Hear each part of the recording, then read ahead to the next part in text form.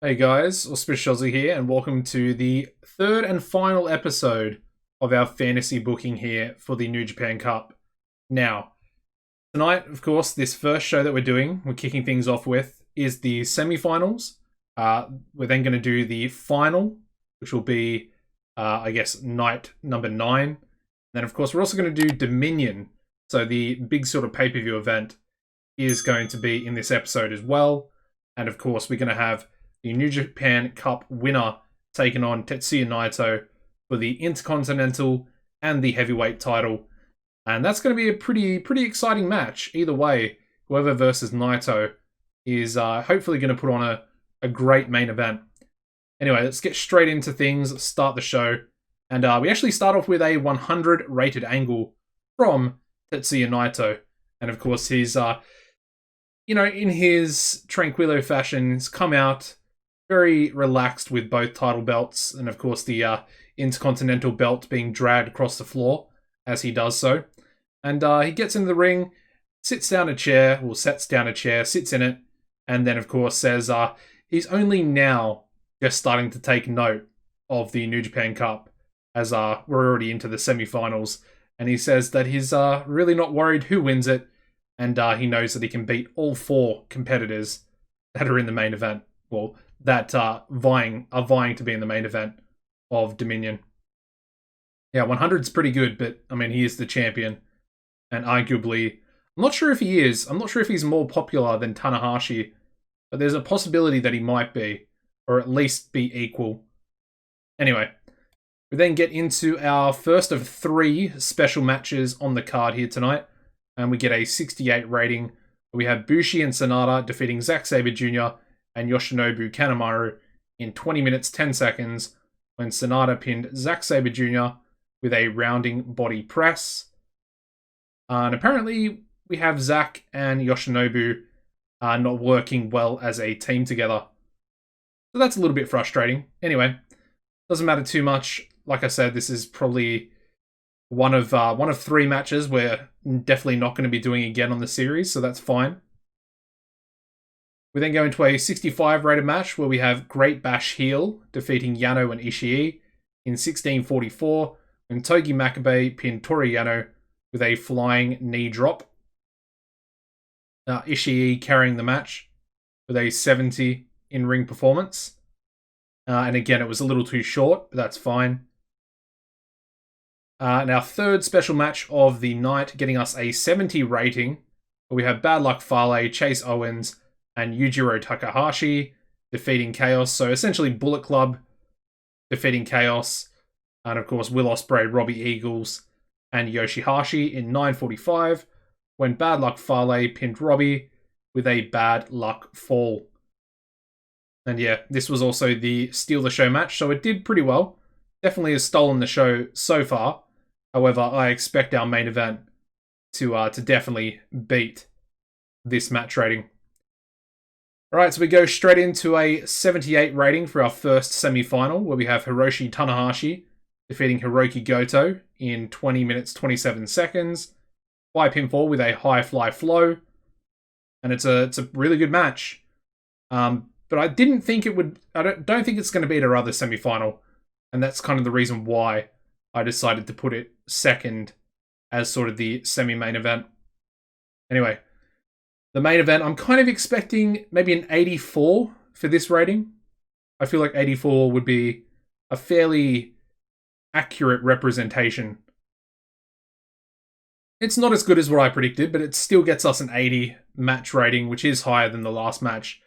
And we have Hiromu Takahashi defeating Kazuchika Okada in 1940 by pinfall with a fisherman's suplex. Hiromu wins this semi-final, and he will be taking on Tanahashi in the New Japan Cup final, with the possibility of him going on to face his leader in LIJ.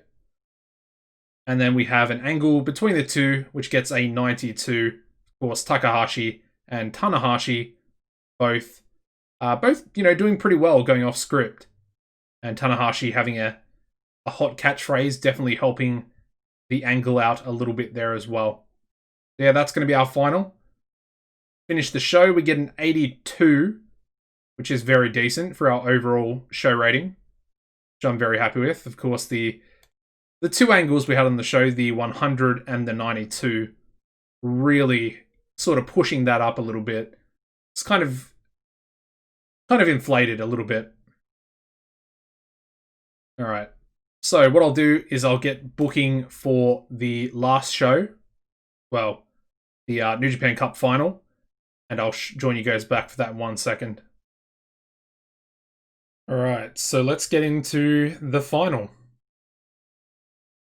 Alright, here we go. There's no angles on this show. Obviously, I don't want to give any sort of spoilers away. So let's get started. Alright, so we start off with our first of 4 special matches on the card. We get a 66 where we have El Desperado and Zack Sabre Jr. defeating Mega Coaches in 1653 when Zack Sabre Jr. submitted Rocky Romero with an orienteering with Napalm Death. As you'd expect, it was also the Technical Masterclass, so as you can see, and you would expect, Zack Sabre Jr. being head and shoulders above everybody else in the match. And yeah, I mean, that's a good start.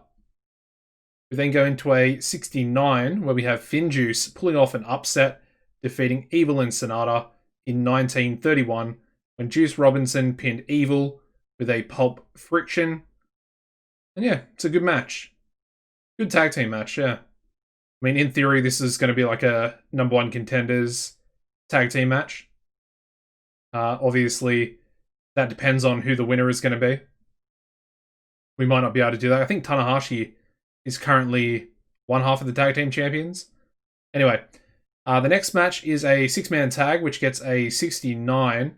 We have Chaos being Okada, Ospreay, and Goto, defeating Kota Ibushi, PJ Perkins, and Yuya Yamura in 9:52 when Kazuchika Okada pinned Yamura with a Rainmaker. Yeah, it's a really good match. Ospreay still outperforming Okada, which I find a little bit strange. Just a little bit. Anyway, I'm a big fan of Ospreay, so I don't really care.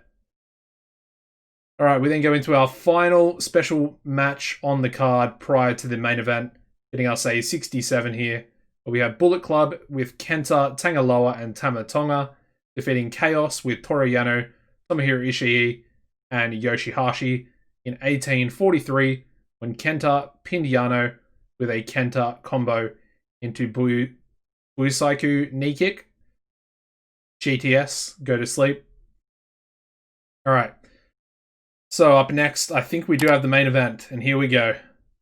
The final of the New Japan Cup. I couldn't actually, for some reason, put the tournament title on the line, which I find very strange. But anyway, yeah, I have no idea why that didn't work. But anyway. And here we go. We get an 80 rated match where we have Hiromu Takahashi defeating Hiroshi Tanahashi in 20 minutes 19 seconds by pinfall with a fisherman's suplex. Hiromu Takahashi wins the New Japan Cup 2020. As you can see, Hiromu actually outperformed Tana, but only by, 3 points. So it really wasn't too much. And I have to say, I'm pretty happy with an 80 rating for our main event there. Alright, so let's finish the show. We do get a 79, which is, I think 1 point lower than the last show, if I remember correctly. Or actually, we might have got... I think we got an 82. Anyway, either way, it doesn't matter too much. And of course, all we have left to do is to book Dominion. And of course, actually have Tetsuya Naito take on Hiromu Takahashi. So it should be a really good match and a really good main event there as well. I'm looking forward to actually booking it for both titles on the line as well. Obviously, Takahashi won't have his junior title on the line in the match, as it doesn't really make sense, seeing as Naito is a heavyweight. Anyway, I'm going to get into booking that, and I'll join you back in 1 second for the show itself. Alright, here we go. Dominion is booked, and let's just get straight into the show. Alright, so we start off with an 89 rated angle. Just looking at it here, it's actually glitched out. Because I know for a fact that I obviously put Hiromu Takahashi as the winner of the New Japan Cup. So I'm guessing that's a bug there. Yeah, that definitely is a bug with the tournament title changing hands in an angle. Either way, an 89 for Hiromu is really, really good. He definitely wasn't doing that before. I think he's actually the second most popular in the whole company at the moment, so that's pretty crazy.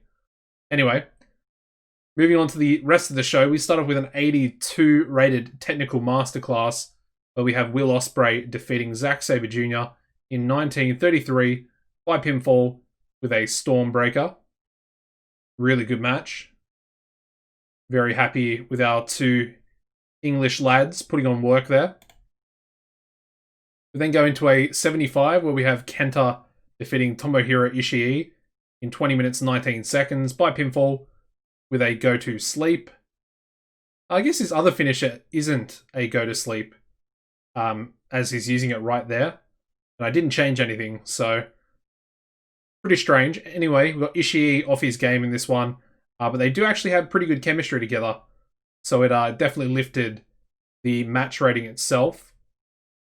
We then go into a 65 where we have Suzuki Gun defeating Roppongi 3K in 12:10 when Yoshinobu Kanemaru pinned Sho with a deep impact.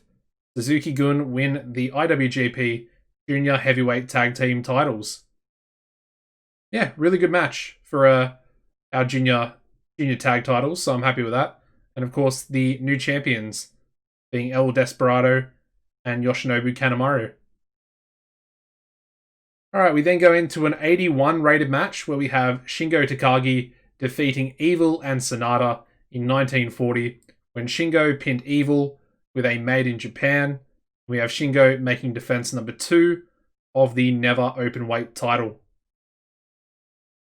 Unfortunately, Sanada seemed off his game, so that's a little bit disappointing.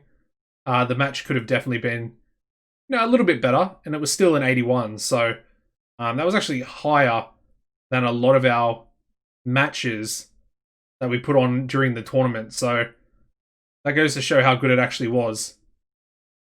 Alright, we then go into a 76 where we have Bushi and Tanahashi defeating Finjuice in 20 minutes when Hiroshi Tanahashi submitted David Finlay Jr. with a Texas Cloverleaf, and Ibushi and Tanahashi make defense number 1 of their IWGP Tag Team titles. There we go. Good victory there for arguably 2 of our biggest stars in the company. We then go into a 100 rated angle, where of course Tetsuya Naito addresses the main event, and of course says that, he's the leader of LIJ. He can't lose to Hiromu. Otherwise, he would have to essentially give up leadership as well. There is no way that he could remain leader with Hiromu being the heavyweight and intercontinental and also junior heavyweight champion. So he essentially says that if he loses this next match, he will give up leadership of LIJ. And the main event for Dominion, it's not great, only a 79. A little bit unfortunate there. I don't know why that was so bad. Anyway, we've got Tetsuya Naito defeating Hiromu Takahashi in 20 minutes 8 seconds by pinfall with a Destino. And Tetsuya Naito makes defense number 2 of the IWGP Heavyweight title. And he also makes defense number 3 of the IWGP Intercontinental title. It was a pretty good match. It definitely should have done better than a 79. I think Naito had morale issues because he did pick up that injury, which was very strange. In that the first show that we did for the fantasy booking series here, he did pick up an injury. So I'm assuming he has morale issues. Let's have a look at the dirt sheet here, actually. I mean, a 79 is still really good. Like anything, I wish it was an 80 because I feel like anything above an 80 is quite good. So the fact that it's 79, it's 1 point away. It's still really good. So they're both penalized for inconsistency. And really, the only negatives were the inconsistency and the low experience and poor announcing. So that's a little bit strange. Anyway, kind of expected it to be much better than that, but the overall show rating for Dominion getting us an 81 there, and of course that's going to improve popularity in most of the regions here for New Japan. But however, the series is essentially over. So if you enjoyed it, guys, please make sure you show your support with a like, and also make sure you subscribe to the channel if you haven't done so already, with the notifications on. And of course, on the channel here, we've got the Black Canvas Grappling series on TEW as well. So make sure you check that out. I'll leave a video link at the end of the video here. That'll take you over to episode 1 of BCG. BCG is actually a fictional company in a fictional universe that is very, very similar to New Japan. Very similar style. And they actually have fairly similar wrestlers as well. It's not based off of New Japan, but there are a lot of similarities. So if you're enjoying this, make sure you go and check that out. And like I said, I'll put a video link in the last 20 seconds of this video. But yeah, apart from that, guys, hopefully you've enjoyed the series. I know it's only a 3-episode series. It's kind of like a mini-series. I'm going to possibly do some more stuff like this in the future with, more real-life or real-world mods. So make sure you do subscribe if you haven't. Thank you. And as always, take it easy and goodbye.